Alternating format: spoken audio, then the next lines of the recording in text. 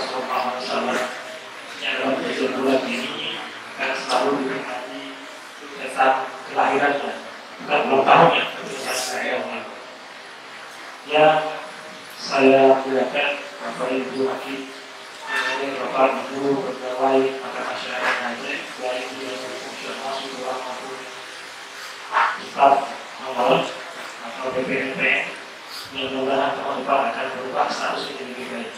Amin.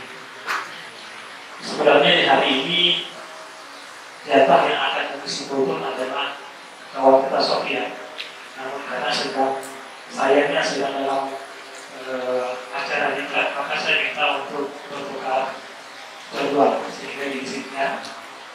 Dan sebenarnya juga hari ini saya inginnya cerita tentang burung pipit, karena kemarin sudah ada burung Raja Wali, kemudian ikan salmon, dan satu orang lagi saya lupa.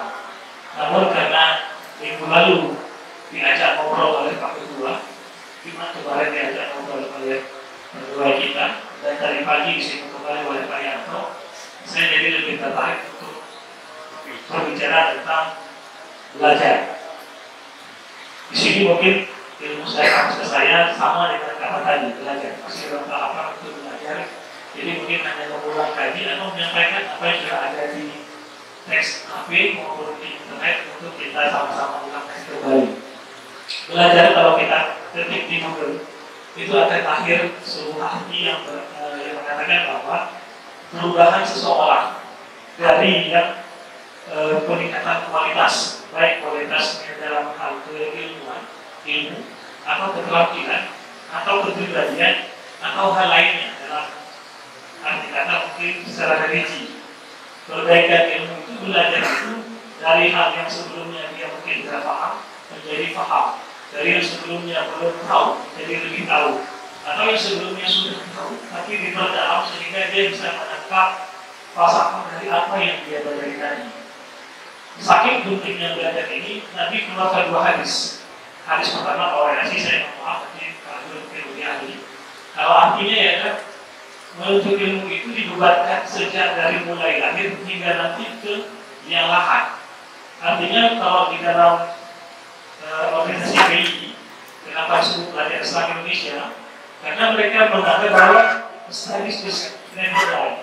Belajar itu tidak pernah mati, belajar itu tidak pernah ada habisnya, tidak ada limitnya, tidak ada belajar itu hanya sampai di jenjang S3 mungkin kalau di secara apa namanya lembaga pendidikan resmi, atau kalau di sekolahan yang lain ambil paket C atau ambil paket yang lainnya yang hanya untuk mengeluarkan selembar ijazah buatannya telah tamat belajar. Tidak itu. Dalam Islam belajar itu luas sekali.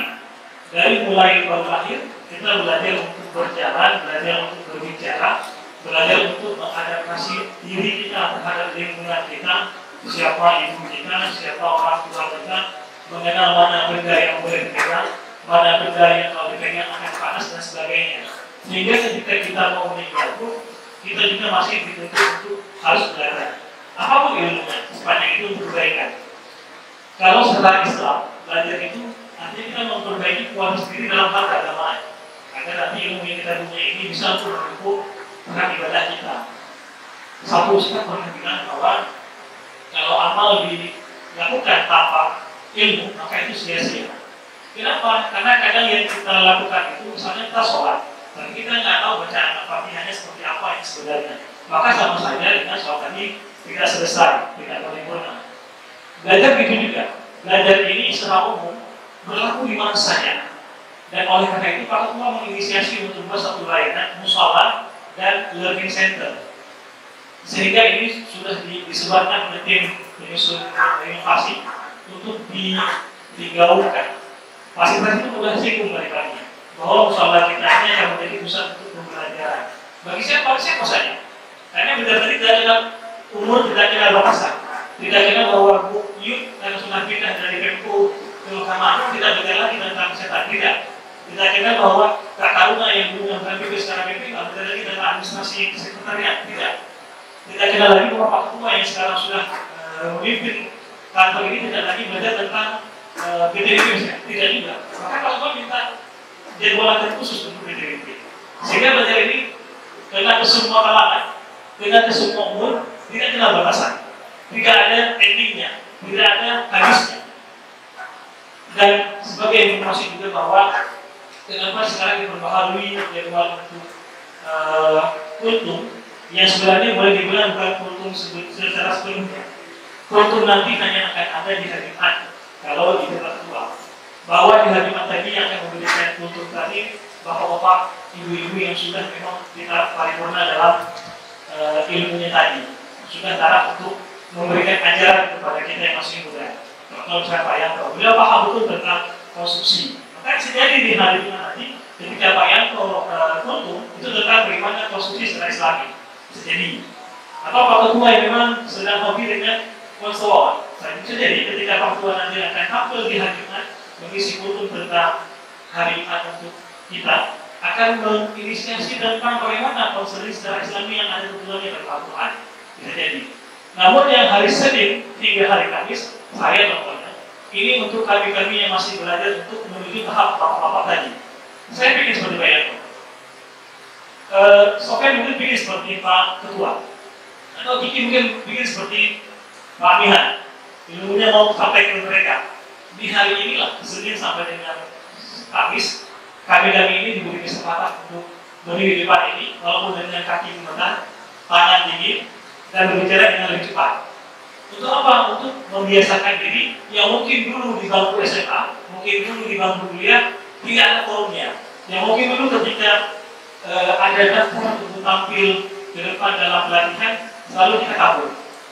Nah ini di sini diberi kesempatan untuk itu. Sehingga penguatan musola dan learning center tadi ditanggapi oleh beberapa dengan berbagai macam versi. Saya pribadi sebagai orang pribadi maupun secara kasus umum mendukung sekali bahwa di sini bisa untuk ajak kami yang muda-muda ini untuk memperbaiki atau mengkapasitasi diri untuk membuat kita belajar tadi itu bukan artinya karena saya sudah selesai sekolah satu maka saya nggak ambil lagi S2. Oke, secara keilmuan di dalam kampus. Namun setelah keilmuan secara luas belajar itu bisa di mana saja, sama siapa saja, dan kapan saja. Bisa via HP, bisa via yang lainnya. Namun Ustaz pernah berkata, kalau belajar tanpa guru, itu ibarat kita belajar dibimbing oleh setan. Karena mungkin ada ilmu-ilmu yang kita tidak tahu batasannya, sehingga kita nanti bisa lewat dari arahan yang sebenarnya. Mungkin saja bisa saya sampaikan, harap Allah bahwa masih belajar, dan nanti ke depan Senin sampai Selasa juga masih ada orang-orang yang belajar. Mungkin ilmu barunya tidak ada, tapi mungkin ilmu memperdalam ilmu tadi yang ada. Sekiranya Bapak sudah tahu cara masak pisau, mungkin ada teknik baru yang kemarin tidak pernah ada di zaman dulu, sudah ada di zaman sekarang dengan teknologi. Jadi saya